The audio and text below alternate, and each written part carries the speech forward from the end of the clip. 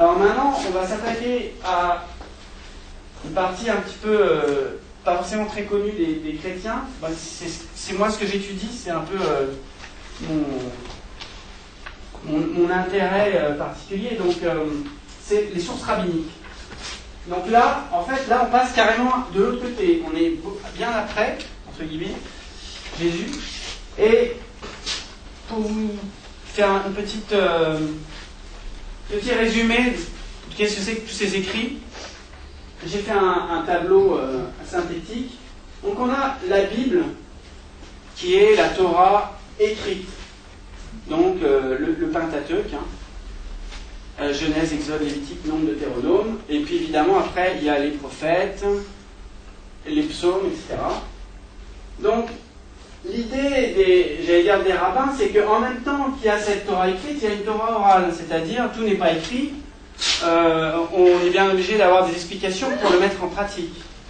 Et pour l'actualiser aussi, parce qu'il y a des choses qui sont du temps de Moïse et qu'on ne peut plus faire du temps au 1er siècle, par exemple. Alors, assez rapidement, à peu près à partir du 1er siècle, 1er, 2e, 3e siècle, il y a des gloses exégétiques qui se fixent dans ce qu'on appelle le Targum, c'est-à-dire c'est une traduction simultanée de la Bible, c'est-à-dire une traduction en araméen. Les lecteurs lisent la Bible en hébreu et il y a un traducteur. Et il y a des petites gloses où la Torah orale, c'est-à-dire des explications qui ne sont pas dans la Bible, commencent à apparaître. Et plus tard, on organise cette tradition orale, on la met aussi par écrit, dans ce qu'on appelle le Midrash, c'est-à-dire, en gros, ce sont des enseignements. On va appeler ça comme ça, des enseignements au fur et à mesure qu'on lit la Bible.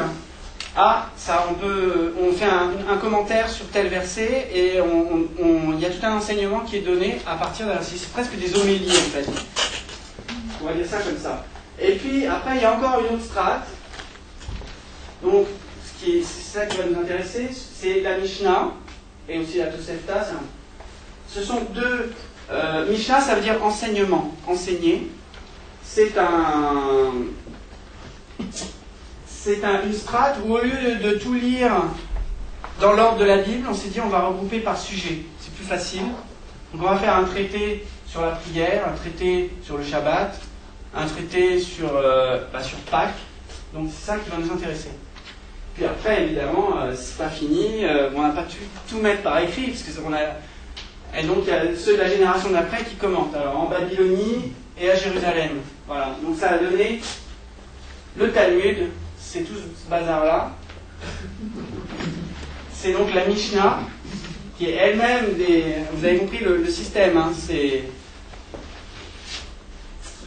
Voilà, donc la Mishnah, elle est fixée en l'an 200. Donc c'est quand même assez loin. Voilà. Une loi orale compilée en l'an 200 par Rabbi Yehuda Hanassi. Donc c'était le chef spirituel du peuple juif à cette époque-là. L'objectif, c'est de mettre en pratique les commandements. Par exemple, lorsque le sacrifice de la Pâque tombe un Shabbat, est-ce qu'on peut faire les mêmes choses que s'il tombe un jour ordinaire ? Par exemple, lorsque la recherche du levain tombe un Shabbat, on doit le faire brûler. Or, on n'a pas le droit de faire brûler. Tout ça, c'est pas écrit dans la Bible. Il faut bien trouver des astuces pour savoir ce qu'il faut faire. Si on prend toutes les lois, et puis voilà. Et donc, il y a besoin de discuter pour savoir comment mettre en pratique. Voilà, c'est un commentaire thématique selon des règles d'interprétation, selon des règles d'exégèse, qu'on appelle le Midrash. Voilà, alors nous, ce qui nous intéresse, c'est le traité, évidemment, Pesachim, sur les Pâques. Le traité de Pâques.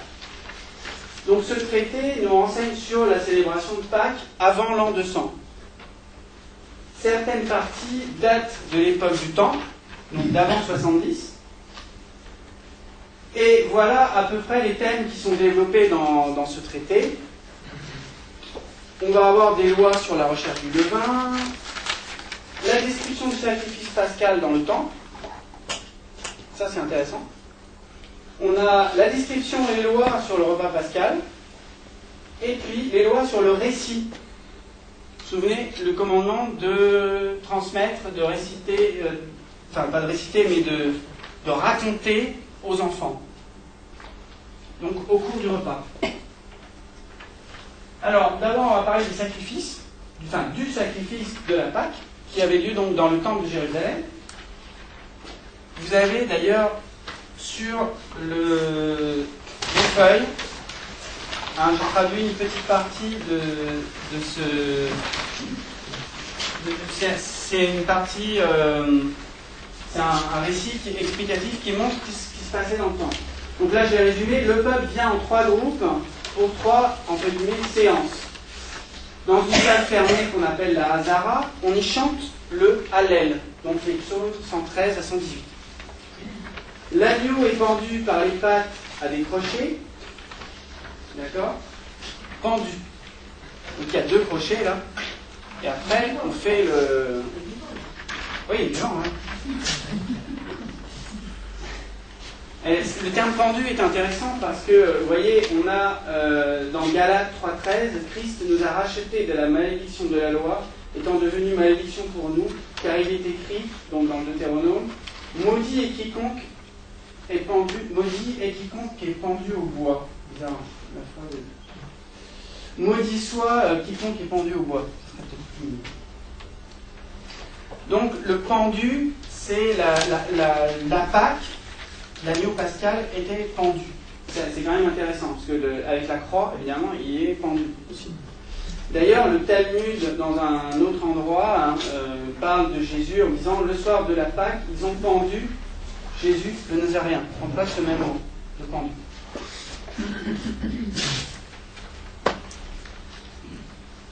Alors, ensuite, donc, le sang est recueilli par les prêtres. Vous lirez, il y a des histoires de bols, etc. Donc, c'est toute une cérémonie, et il est jeté sur l'autel. Donc là, ça nous rappelle, évidemment, Exode 12, on vient de le lire, le sang dont seront peintes les maisons où vous habiterez vous servira de signe, je reconnaîtrai ce sang et je vous épargnerai, et le fléau n'aura pas pris sur vous lorsque je sévirai sur le pays d'Égypte. Le signe du sang.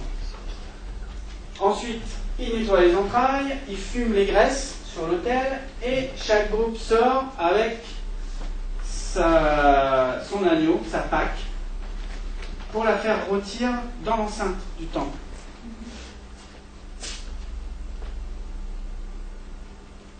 Alors, quand avait lieu ceci? On a dit entre les soirs. Alors, c'est intéressant parce que dans les évangiles, il y a aussi des histoires d'heures au moment de la Passion. Donc, ça c'est 3 heures, 6 heures, 9 heures, midi. Et évidemment, en hiver ou en été, les heures, elles n'ont pas la même durée. Elles sont relatives, c'est-à-dire, c'est midi, c'est quand le soleil est en haut, donc on regarde comment le soleil monte, et puis, j'allais dire, s'il y a moins de jours, et les heures sont plus courtes. C'était juste une petite parenthèse.